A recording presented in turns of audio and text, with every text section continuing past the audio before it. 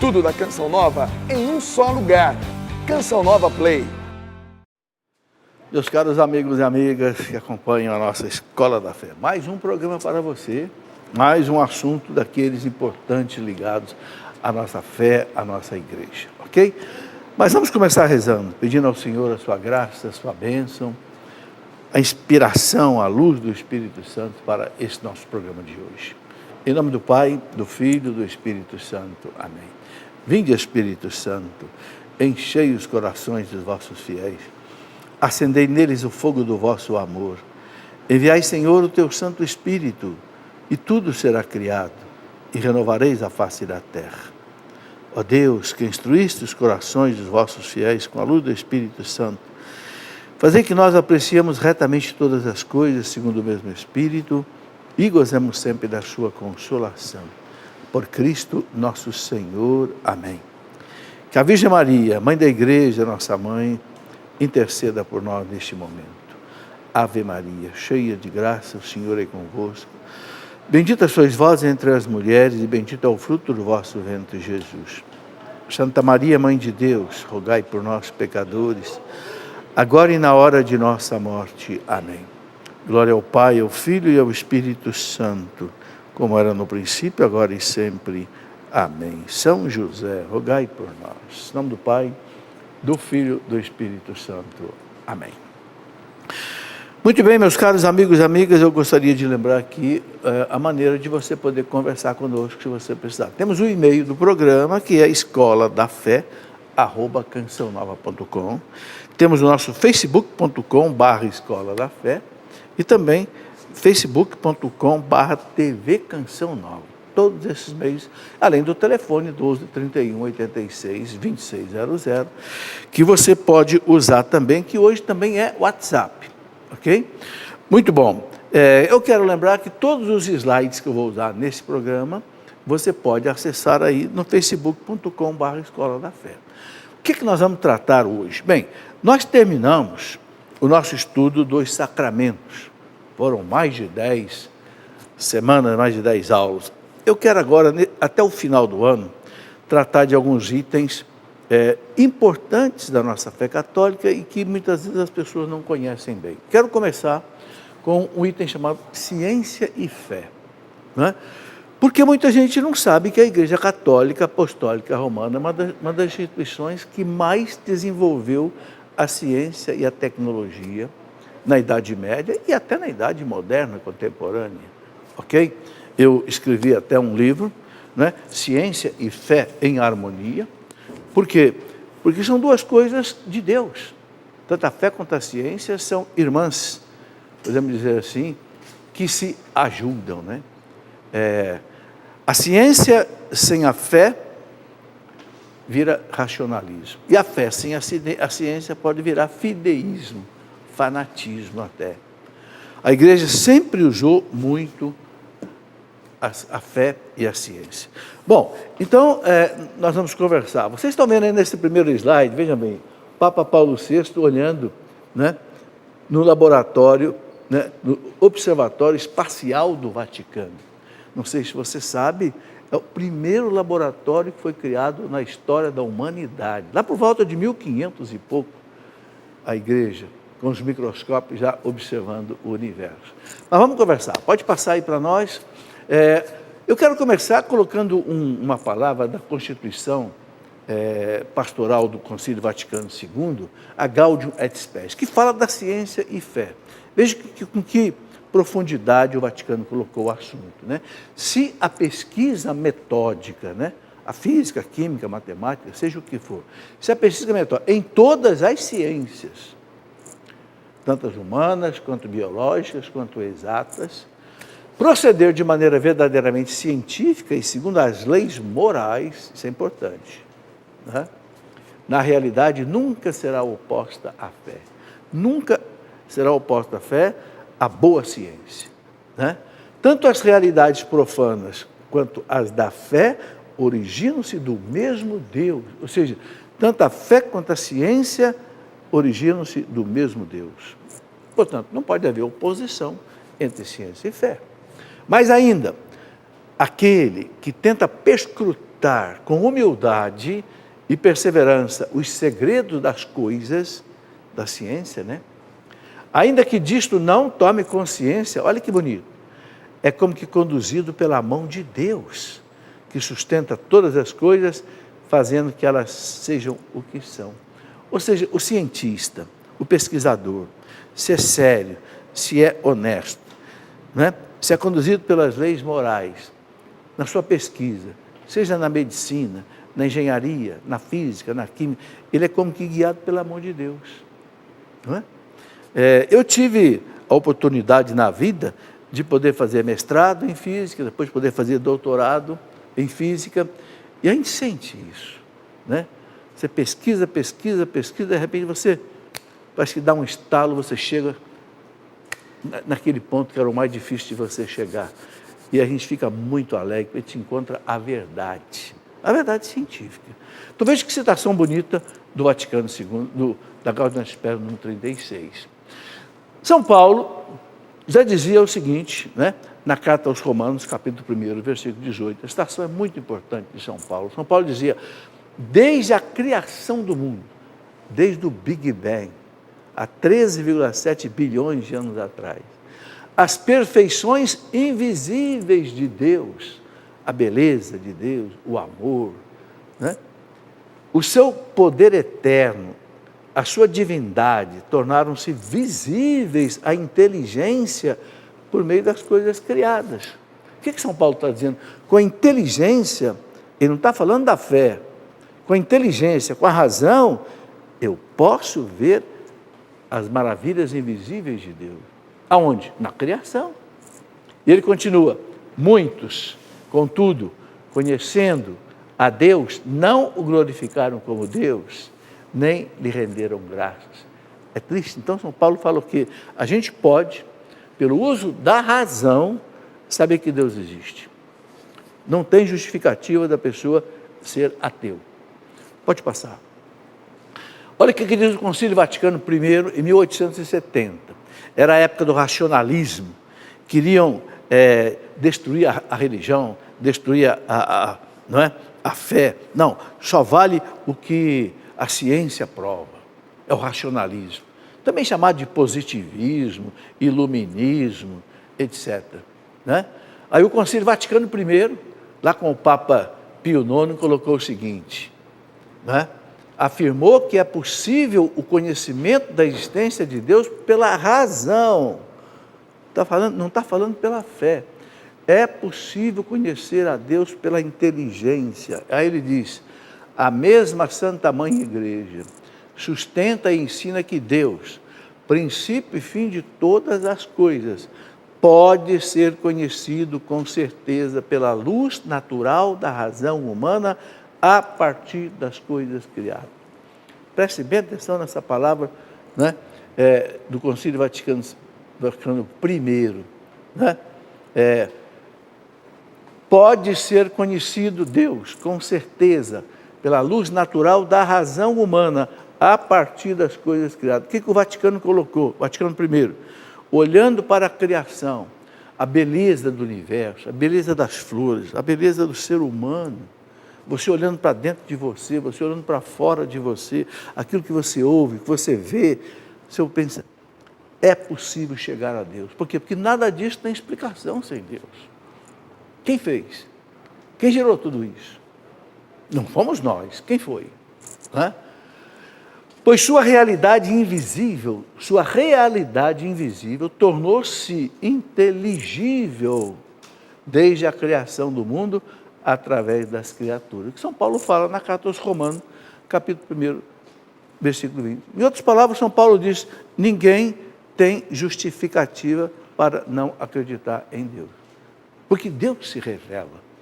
Deus não pode mostrar o rosto dele para a gente, se a gente morreria. Se a gente visse Deus como é. A gente não consegue nem olhar nem para o Sol. Sol que tem trilhões no universo. Agora imagine você olhar para o Criador. A gente evaporaria. Não temos estrutura para isso. Não é por isso que Deus é invisível. Mas a natureza é um espelho onde Deus mostra o seu rosto. Teve alguém que disse, Deus não fala, mas tudo fala de Deus. né? Santo Agostinho dizia, interroga o céu, interroga as estrelas, interroga o mar, pergunta-lhes quem os criou, e eles vão te responder, o Criador. Bonito, né? Então, muitos perguntam a questão da criação ou evolução. A igreja não vê nenhuma contradição entre o que está no livro do Gênesis, a narrativa da criação do mundo, e a evolução. Não. A igreja não interpreta a Bíblia ao pé da letra, né? Então, criação e evolução não se opõem entre si, desde que se admita que Deus criou a matéria inicial, dando-lhe as leis da sua evolução, e cria até hoje toda a alma humana que é espiritual. Então, veja, o Papa João Paulo II disse, a evolução é mais do que uma hipótese, ou seja, é uma tese confirmada.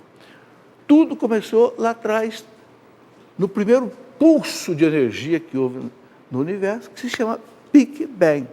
Hoje já nem se fala mais de Big Bang, porque Bang é explosão, né? Explosão não gera nada organizado. Como é que uma explosão vai gerar o ser humano? Não, então não é explosão. Hoje os físicos falam em Big Expansion, uma big expansão, ou Big Inflation, uma grande inflação, né? Ou seja, há 13,7 bilhões de anos atrás, ou mais, os físicos já estão achando que é mais até, ali tudo começou naquilo que os físicos chamam de ovo cósmico, uma partícula infinitamente pequena, mas que todo o universo estava ali dentro. Quem é capaz de fazer isso? Isso começou a se abrir. Agora, com leis que Deus colocou na matéria, para que essa matéria evoluísse e chegasse até nós, depois de 13, 14 bilhões de anos. É o chamado princípio antrópico. Tudo foi feito para chegar ao homem. E que coisa maravilhosa, gente, quando a gente estuda o Big Bang, que aliás, vocês sabem, foi descoberto por um padre da igreja, né? Doutor em astrofísica, amigo do doutor Albert Einstein, o padre Georges Lemaitre, belga, lá do século XIX. Ele fazia palestra junto com Einstein, né? Que coisa maravilhosa, né? E o Einstein disse para ele, né? Depois de muita discussão, muita polêmica, o Einstein disse, é a melhor explicação que eu encontrei para a origem do universo, o Big Bang que o padre Georges Lemaitre tinha descoberto. Veja como é que os homens da igreja são homens de ciência. Um padre, jesuíta, belga, doutor em astrofísica, descobriu como é que o mundo começou. Ok? Pelo universo. É o princípio, volta um pouquinho. É o princípio antrópico. Então, desde o Big Bang, tudo evoluiu para chegar ao homem. Não se opõe ao livro do Gênesis. Então, a igreja aceita perfeitamente a criação, vindo da evolução. Agora, a única coisa que a igreja não abre mão. A alma humana, onde na nossa inteligência, liberdade, vontade, memória, a alma não vem da evolução. Não. O corpo do homem veio da evolução, a alma vem diretamente de Deus. Então, como é que a igreja explica a evolução? Um primata foi evoluindo, não é o macaco, porque o macaco parou de evoluir. Se nós tivéssemos vindo do macaco, esses macacos todos aí virariam um homem. Não, um primata foi evoluindo, quando ele chegou numa integridade cerebral, capaz de receber uma alma, um espírito, a imagem e semelhança de Deus, Deus então colocou ali. E agora Deus faz isso na gestação de cada ser, na geração de cada ser humano. Então, aceitando isso, né, que a matéria evoluiu porque Deus colocou nela força e leis para evoluir, e que cada homem recebe a alma própria do próprio Deus, próprio de Deus. Então, a igreja aceita perfeitamente a teoria da evolução. Ok?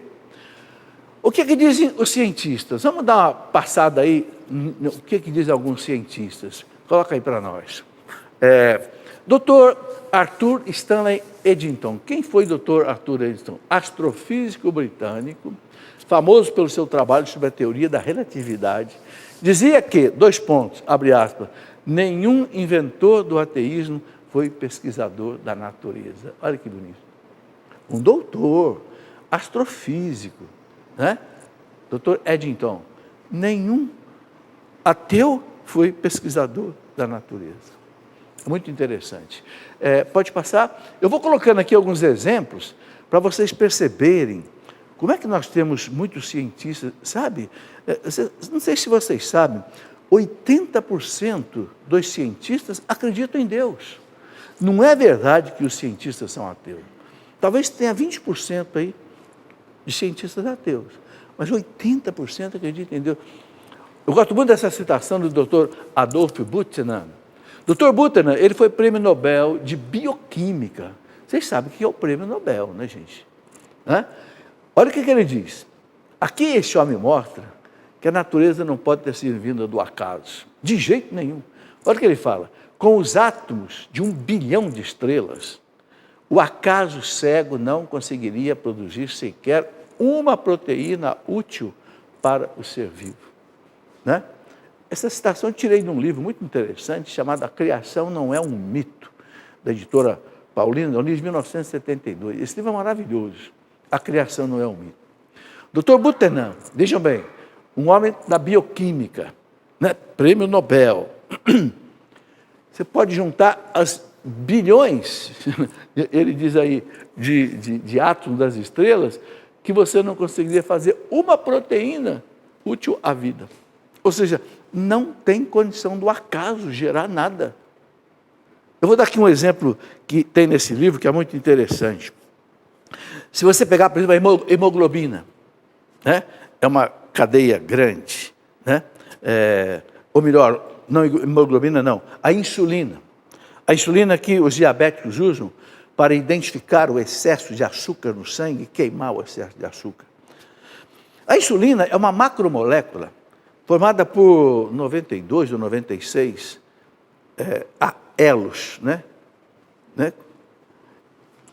Se você trocar um desses elos, dessa cadeia molecular, de lugar, você passa a ter um outro elemento que não tem mais nada a ver com a insulina. Não é capaz mais de identificar o excesso de açúcar no sangue e não é capaz mais de queimar o excesso de açúcar no sangue. Agora eu pergunto, quem é que fez essa ordem dessas 96 moléculas para formar essa macromolécula capaz de inteligente, capaz de identificar que naquele sangue tem um excesso de açúcar e queimar aquele excesso de açúcar?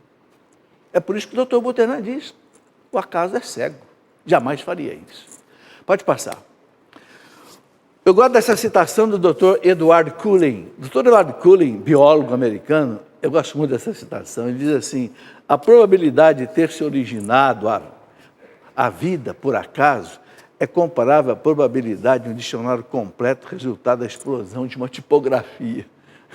Você explode uma tipografia, né?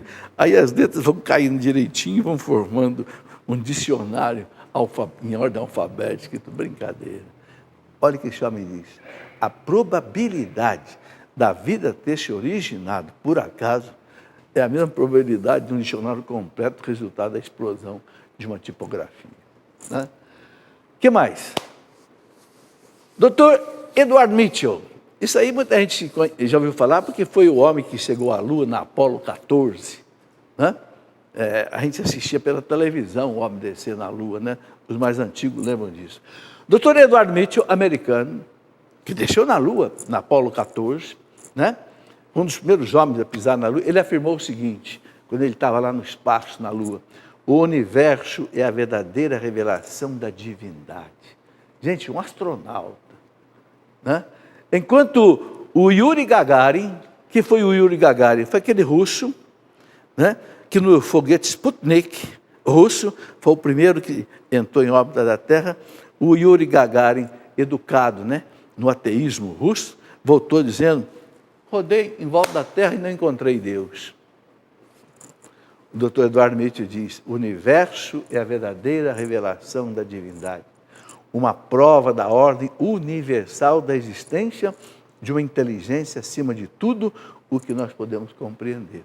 É bonito, gente, a gente ler esse cientista, né? Eu coloquei essas citações todas também nesse livro, Ciência e Fé em Harmonia.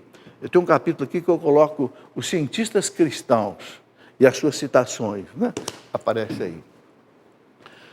Bem, Pascual Jordan, olha, aqui eu selecionei apenas alguns cientistas, mais da minha área, que é a área de física, que eu conheço, mas eu podia citar pessoal da área de biologia, da medicina, entendeu? Meu campo sempre foi o campo da física, eu tenho mais conhecimento. O Dr. Pascual Jordan, que nasceu em 1902, morreu em 80, físico alemão, um dos fundadores da mecânica quântica. Hoje você fala tanto da mecânica quântica, né? Um elétron, quando ele desce de um nível de maior energia para um nível de menor energia, ele emite um quantum de luz, né? Isso aqui que você está vendo nessas lâmpadas aí. Né? Daí surgiu a física quântica. Esse homem foi um dos pais da física quântica. Olha o que ele disse. O progresso moderno removeu os empecilhos que se opunham à harmonia entre ciências naturais e a cosmovisão religiosa, ou seja, a visão religiosa do mundo. Os atuais conhecimentos de ciências naturais já não fazem objeção à noção de um Deus criador. Gente, olha aqui o que o homem está dizendo. Os atuais conhecimentos de ciências naturais já não fazem objeção à noção de um Deus criador. Um doutor em física, ok? A palavra física quer dizer o quê? Do grego, natureza. Por isso que o físico, ele toca no rosto de Deus. Por quê? Porque o físico estuda a natureza. Né? Eu solto essa folha aqui, por que essa folha cai? Por que ela não sobe? Por que não vai para a direita, para a esquerda? Por que ela sempre cai? Porque tem uma força que puxa a lei da gravidade. Então o físico observa a natureza e tira as leis. Bom, mais um. Dr. Werner von Braun, famoso Dr. Werner von Braun, morreu em 1977. Repare que eu estou colocando cientistas atuais. Alemão, foi para os Estados Unidos, né, por causa da perseguição do nazismo, né?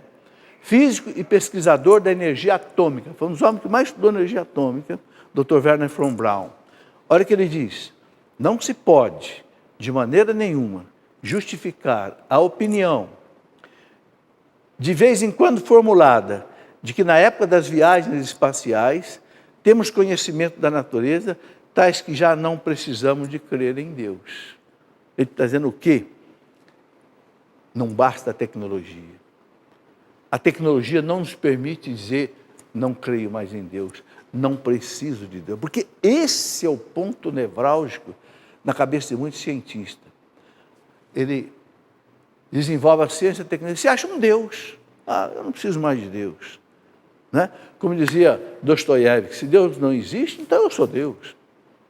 Se Deus não existe, tudo é permitido. Dr. Werner von Braun, muito famoso. O que mais? Ele continua, né?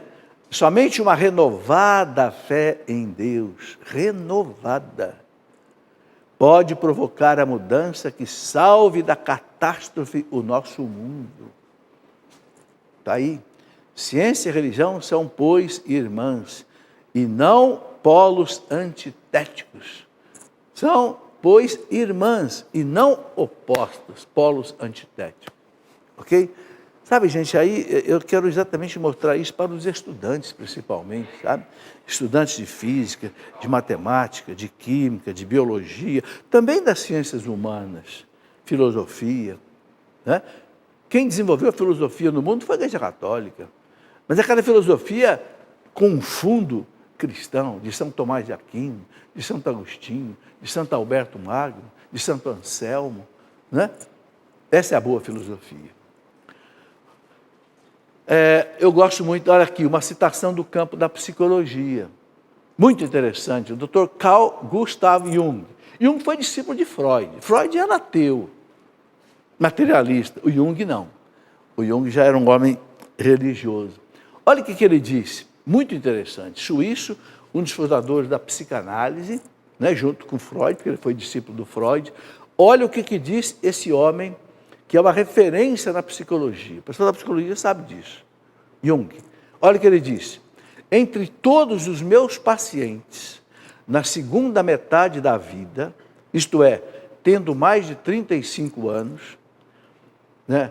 Não houve um só cujo problema mais profundo não fosse constituído pela questão de sua atitude religiosa. O que esse homem está dizendo? Todos os meus pacientes, com mais de 35 anos, o problema de todos eles era de fundo religioso. E olha o que ele agora diz, a segunda parte da palavra dele. Ele diz assim, todos os pacientes dele, né, com mais de 35 anos, em última instância, estavam doentes por ter perdido aquilo que uma religião viva sempre deu a seus adeptos. E nenhum se curou sem recobrar a atitude religiosa que lhe fosse própria. Dr. Gustavo Jung, seus pacientes com mais de 35 anos, todos tinham o quê? Um problema religioso. E a sua enfermidade só foi resolvida quando ele se voltou para a religião. É o que ele está dizendo aqui, vou ler de novo. Todos, em última instância, estavam doentes por ter perdido o quê? A religião. Aquilo que uma religião viva sempre deu a seus adeptos. E nenhum se curou sem voltar à religião. Sabe, gente, por quê? Porque o ser humano, ele não é só matéria. O ser humano é corpo e alma. Não basta você tratar do corpo, você tem que tratar da alma. As doenças modernas hoje, muito mais do que doença do corpo, são doenças da alma. É depressão, é bipolaridade, é isso, mas é a alma, né, que está sofrendo. Por quê? Porque falta para a alma um sentido, e o que dá o sentido é a religião. Muito bem, vamos fazer o nosso intervalo, já está na hora, a gente volta já para continuar esta nossa conversa. Meus amigos e amigas, estamos de volta já com a nossa Escola da Fé. Estudando hoje um pouco daquilo que é a ciência e a fé. Olha, esse assunto é tão bonito, tão longo, que eu vou fazer mais de um programa sobre isso.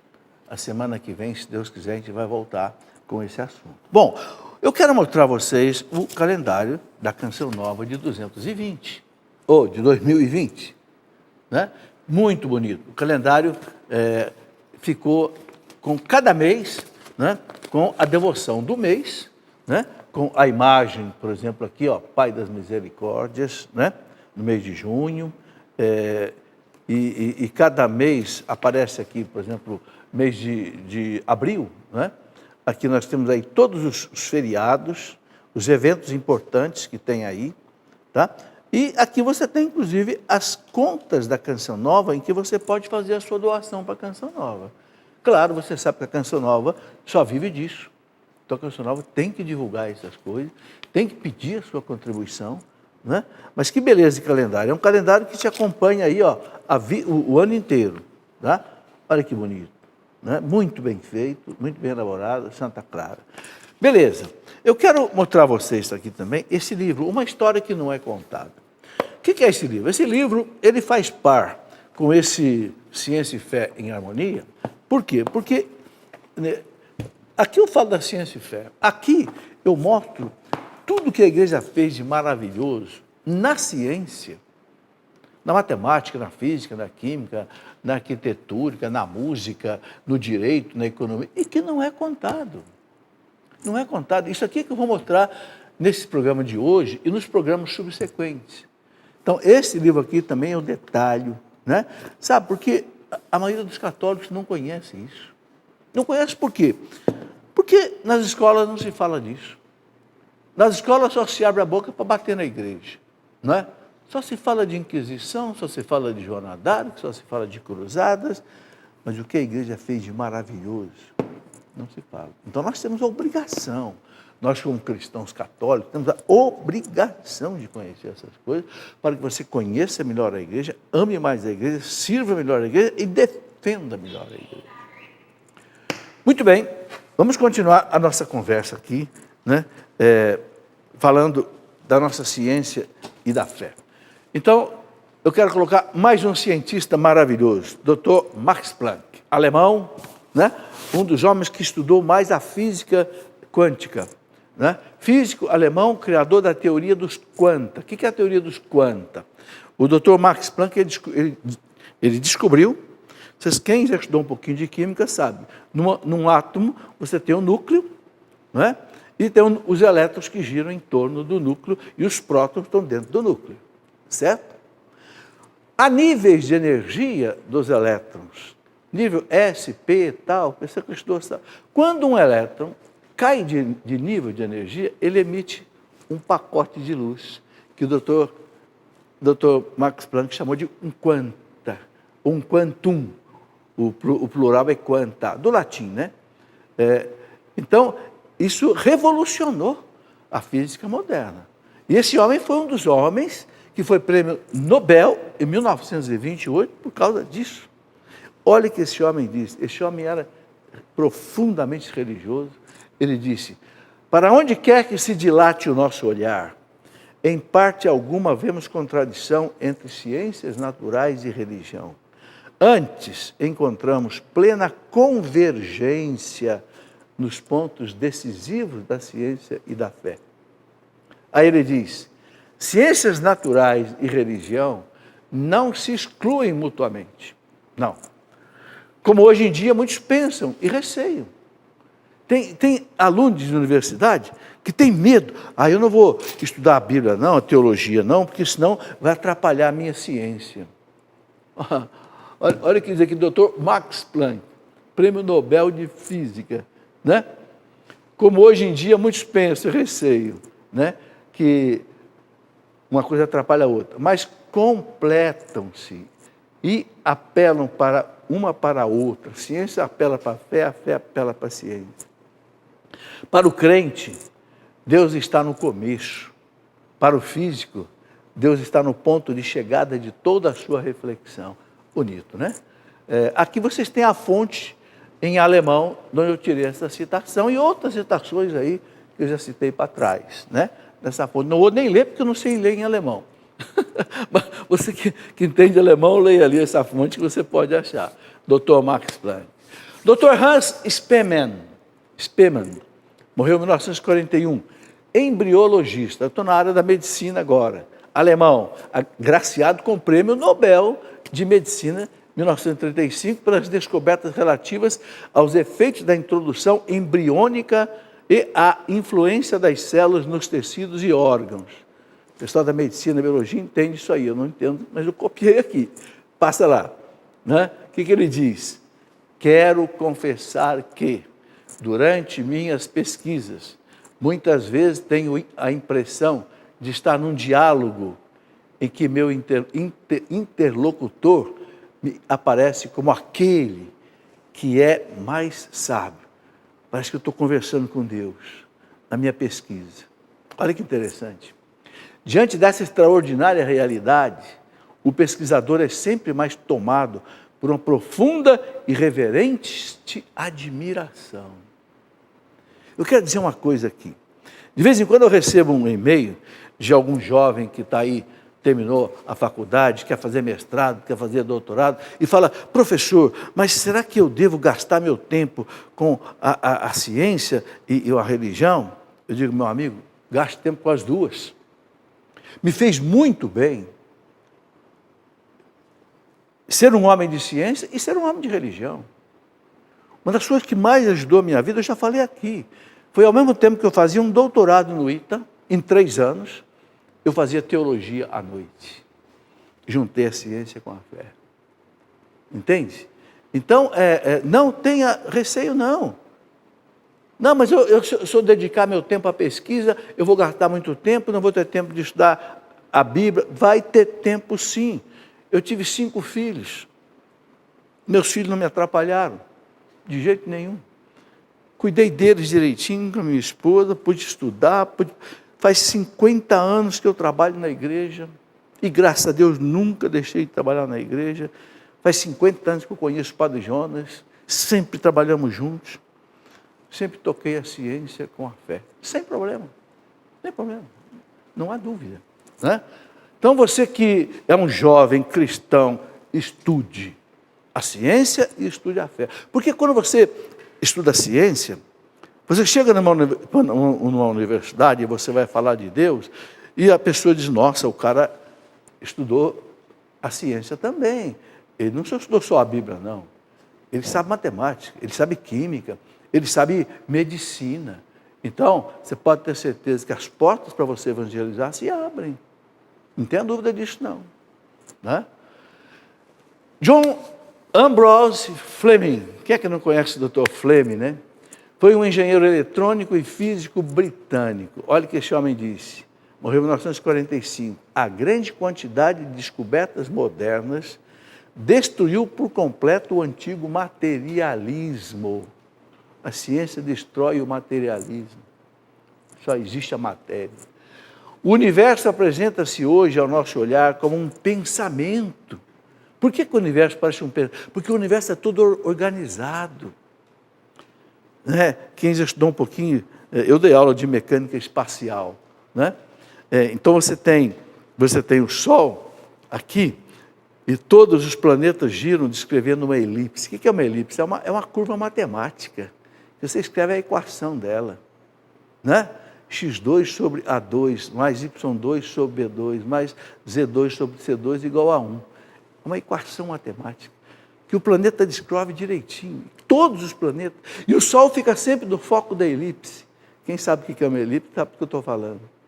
Então, o Dr. Frank diz, o universo parece um pensamento, uma poesia, alguém que planejou. É verdade. O universo apresenta-se hoje ao nosso olhar como um pensamento. Ora, o pensamento supõe a existência de um pensador. Conclusão óbvia. Se existe esse pensamento, essa lei, esse universo organizado, é porque, né, existe um pensador. Vamos lá. Guglielmo Marconi, o famoso Marconi, né, da telegrafia, descobriu, né, o telégrafo. Né? Hoje, talvez a moçada nem saiba mal o que é o telégrafo, né? Passava um telegrama, hoje é tudo no WhatsApp, mas quando não existia nada disso, o Dr. Marconi, né, que morreu em 1937, físico italiano, inventor da telegrafia sem fio, prêmio Nobel por causa disso em 1909, olha o que ele diz. Declaro com ufania, quer dizer, com alegria, né, que sou homem de fé, creio no poder da oração, creio nisto não só como fiel cristão, mas também como cientista. Aqui está um homem das comunicações. Está aí. O que mais? E vocês estão vendo as fotografias aqui, sabe por quê? Porque tudo isso está no Google. Se você entrar aí no Google e colocar o nome desses homens, você vai encontrar a vida deles aí. Eu não estou inventando nada. Não só no Google, mas eu usei outras fontes também das citações, né, como já mostrei ali em alemão. Thomas Alva Edison, Dr. Edison, americano, foi um dos homens que mais patenteou inventos 1000 a 2000, né? Foi o homem que inventou a lâmpada elétrica, a primeira lâmpada, a lâmpada de filamento, que hoje já não usa mais, né? Hoje é laser, é isso, aquilo. Mas olha o Dr. Thomas Edison. Eu tive um dia na casa dele nos Estados Unidos. Claro, ele morreu em 1931, mas a casa dele ficava ao lado da casa do Henry Ford, que inventou o automóvel. Os dois moram na mesma cidadezinha ali na Flórida, nos Estados Unidos. Um dia eu fui lá no museu deles, do Thomas Edison e no museu do Ford, do carro. Né? Inventou no campo da física, com mais de 2.000 patentes. O Dr. Thomas Edison, ele estudava tanto, trabalhava tanto no laboratório, que ele dormia no laboratório dele. Ele dormia pouquíssimo, 2, 3 horas só, porque ele tinha 1000 coisas ao mesmo tempo. Ele dizia assim, quem dorme mais de 4 horas por noite, ou é doente, ou é criança, ou então é um imbecil. Chamou nós todos de imbecil, né? Porque ele não dormia mais de 4 horas por noite. Quem dorme mais de 4 horas por noite, ou é criança, bebezinho, ou é doente, ou então é imbecil. Tá gastando. Mas não é. A gente tem que dormir mais. Mas olha o que esse homem disse. Tenho enorme respeito e a mais elevada admiração por todos os engenheiros, né? Especialmente pelo maior deles, Deus. Chamava Deus de engenheiro. Por quê? Porque toda a obra da criação, gente, é feita em cima de leis. Por que a Igreja Católica foi a instituição que mais desenvolveu a ciência e a tecnologia na Idade Média? Porque a Igreja sempre acreditou nisso. Que o universo é estabelecido em cima de leis. Então, a Igreja foi estudar, os homens da ciência da Igreja foram estudar essas leis. Nós vamos ver nas aulas seguintes quantos padres cientistas na história da igreja. Por que o Dr. George Lamette descobriu o Big Bang? Porque ele era doutor em astrofísica, foi estudar a natureza. E por que esses homens vão estudar a natureza? Para mostrar para a humanidade o rosto de Deus na natureza. Entende? Por isso que a igreja tem o laboratório, o observatório espacial mais antigo do mundo. É da Igreja Católica. E hoje ainda atualíssimo. Atualíssimo. Quando aquele grande LHC, aquele Large Hadron Collider, que é aquela maior máquina que a humanidade já construiu, né? É um anel com 100 metros de profundidade, né? Que faz as grandes descobertas científicas da física moderna, a física quântica, que descobriram, provaram a existência do Big Bang, quando descobriram o bóson de Higgs. Quando essa máquina que custou mais de 10 bilhões de euros para lá o Centro Nuclear Europeu, quando essa máquina foi colocada em funcionamento, é a maior máquina que a humanidade já construiu. Quando ela foi colocada em funcionamento, deu pane, deu problema. O Observatório do Vaticano, lá Specola, foi ajudar a resolver o problema do LHC, Large Hadron Collider, o colidor de partículas. Por quê? Porque o Observatório Espacial do Vaticano tem doutores, né, em astronomia. Muito bem, pode passar. Prêmios Nobel e a complexidade da vida. Eu acho muito bonito que esses homens que estudaram a vida, especialmente a bioquímica, a medicina, o que eles falaram, né, sobre a vida? Né? Vamos ver alguns deles. Tudo isso eu tirei daquele livro que eu já citei aqui. A Criação Não é um Mito. É um livro das Edições Paulino, não sei se está sendo publicado ainda, porque ele é de 1972. Mas olha que bonito que esses homens dizem. Por exemplo, o Dr. Marshall Nirenberg. Dr. Marshall, Prêmio Nobel de Fisiologia. É medicina, né? Fisiologia é medicina. 1968. Que ele, pela interpretação do código genético e sua função na síntese das proteínas. Uma faixa larga, né? Todo ser vivo, olha que bonito, todo ser vivo possui o próprio programa gravado em fitas DNA. DNA quer dizer desoxinucleico, né? O ácido desoxinucleico, mediante o qual se autoconstrói e a seguir funciona. Desvenda-se assim o segredo da vida. Não existe maior maravilha. Gente, que coisa maravilhosa. Quando você corta, por exemplo, um galho de uma árvore, por que nasce um brotinho ali? Por quê? Porque na célula da árvore está programado isso. Quem fez isso, meu Deus? Quando você corta, né, a sua pele, sai o sangue, depois cicatriza. Quem que fez tudo isso? Então, é o que esse homem diz, tá certo? Desvenda-se assim o segredo da vida, não existe maior maravilha.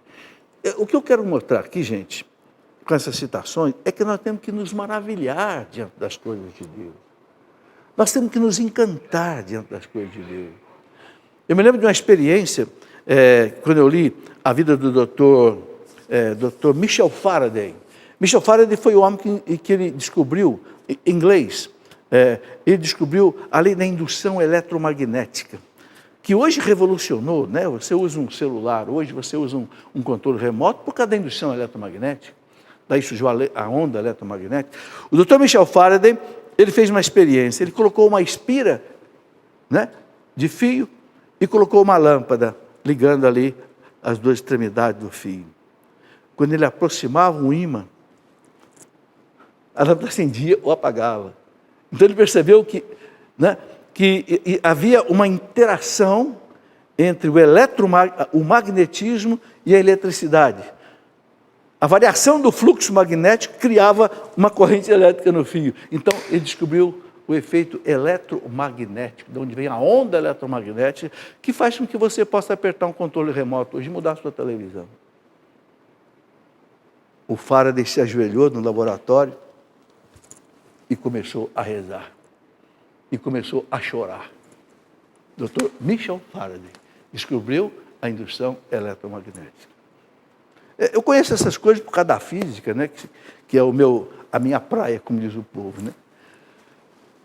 Dr. George Wald. Bom, Dr. George Wald também Prêmio Nobel de Fisiologia, Medicina, 1967, pelas descobertas referentes aos processos visuais, fisiológicos e químicos no olho.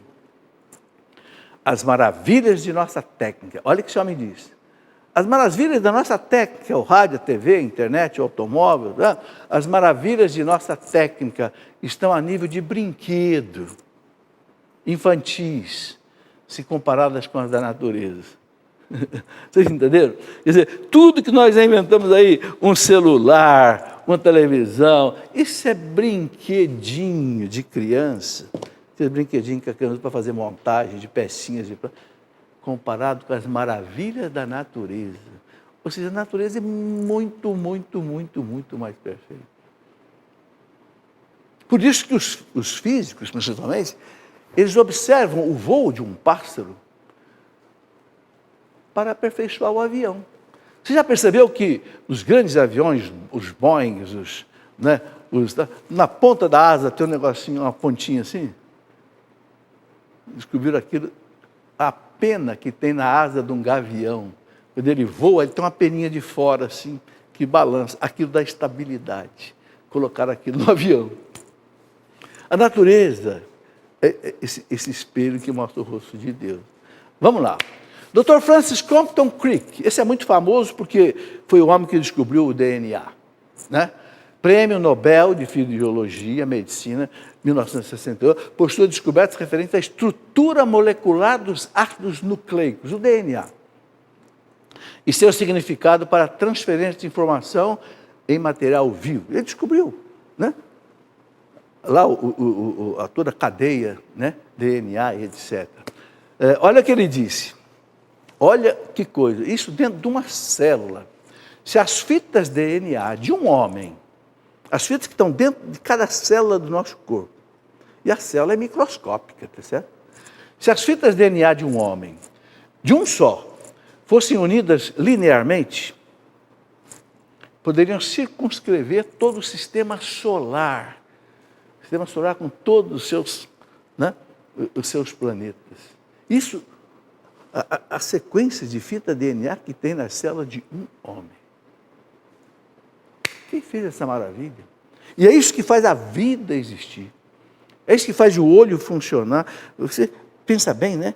Quando uma criança vai ser gerada, uma célula do pai se une com uma célula da mãe, aí forma uma única célula, né? 23 cromossomos daqui, com 23 daqui, se encontram, formam os 23 pares de cromossomos, né?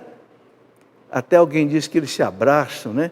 E um fala para o outro, como somos felizes, como somos felizes, né?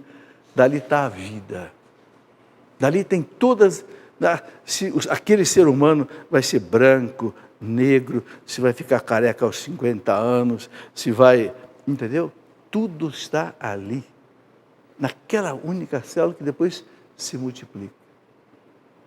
É uma coisa fantástica. Se a gente não se encantar com isso, gente, a gente não se encanta com Deus. Quem não encontrar o rosto de Deus aqui nesse mundo, principalmente pela natureza, não vai ver o rosto de Deus na eternidade. Porque São Paulo fala, as perfeições invisíveis de Deus se tornaram visíveis pela natureza. Então nós temos que nos encantar, né? Por isso que São Francisco cantava o Irmão Sol, a Irmã Lua, né? E etc. Bom, Dr. George Biddle, Prêmio Nobel de Fisiologia, Medicina, 1958, por suas descobertas que os genes agem se regulando definidos eventos químicos. Ligou aí a química com a biologia, né? Essa é a bioquímica, né? A programação das fitas DNA ativa a célula como se fosse uma microscópica fábrica ultra automatizada e cibernética. Cibernética tem tudo a ver com a informática de hoje. Movimenta de maneira inconcebivelmente exata, veloz e bem organizada. Quer dizer, a célula é uma fábrica ultra cibernética, ultra informatizada. Claro, tem que ser. Vale a pena o pessoal que é da área da microbiologia, né, que estuda aí as células, vale a pena você perguntar quem é que criou essa maravilha. Né? Tá aí. Bom, tudo isso eu tirei do livro A Criação Não é um Mito, de Domenico Ravalico, é italiano, das edições paulinas de 1979. Terminaram os slides? Bom, eu quero, ainda nós temos um tempinho, eu quero só mostrar o seguinte. A igreja usa a ciência para entender melhor a revelação, a Bíblia e a tradição da igreja. Né? Eu escrevi nessa coleção de livretos, né, que eu chamei de Formação Católica, uma quantidade grande, de cada um com um assunto diferente. Aqui eu tenho vários deles que são sobre a Bíblia. E aqui você vai encontrar a ciência. Né? Porque a igreja usa a ciência para entender melhor a Bíblia. Então, por que não basta só a Bíblia? A ciência vai dizer como entender as páginas difíceis do Antigo Testamento. A ciência ajuda a entender. Né? Como ler e entender a Bíblia, como entender o próprio Apocalipse. Enfim, a igreja usa a Bíblia, a ciência, para interpretar. Bom, chegamos ao final do nosso programa. Eu quero dizer que semana que vem a gente vai continuar esse assunto. Tem muita coisa maravilhosa ainda para a gente ver. Ok? Então eu quero encerrar pedindo aos sacerdotes, diáconos, né, que nos deem a bênção. A bênção, vamos pedir uma bênção especial hoje para todos os pesquisadores, cientistas, né? Para que sejam também homens de fé, homens de Deus. A nossa proteção está no nome do Senhor, que fez o céu e a terra. Que desça sobre todos nós a bênção do Deus Todo-Poderoso, pela intercessão de Nossa Senhora Aparecida, em nome do Pai, do Filho e do Espírito Santo. Amém. Muito bem, muito obrigado a vocês que me acompanharam até agora, né? Vamos continuar esse nosso assunto, se Deus quiser, no próximo programa. Fique com Deus.